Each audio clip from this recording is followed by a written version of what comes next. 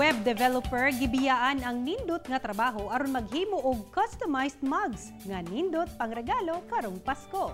Ato siyang ilailahon pinaagi ni report. Usa ka web developer kaniadto si Lilith Echano.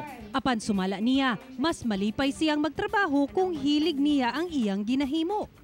Busay ang gibiyaan ang iyang trabaho aron maghimo og customized accessories gamit ang polymer clay. Fulfilled, murag ana god, tapos kanang lahi ra gyud kung happy ka sa imong ginabuhat.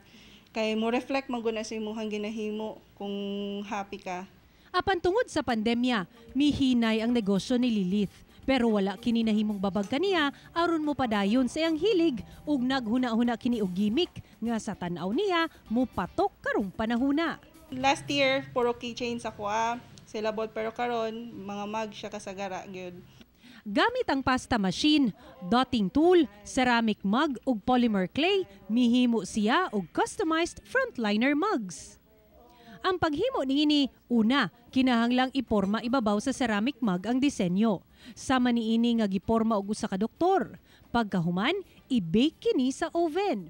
Alang kang Lilith, mas lami ang paminaw kung nahigugma ka sa imong trabaho kay bisan ang pandemya, dili gyud makapugong sa imong kalambuan.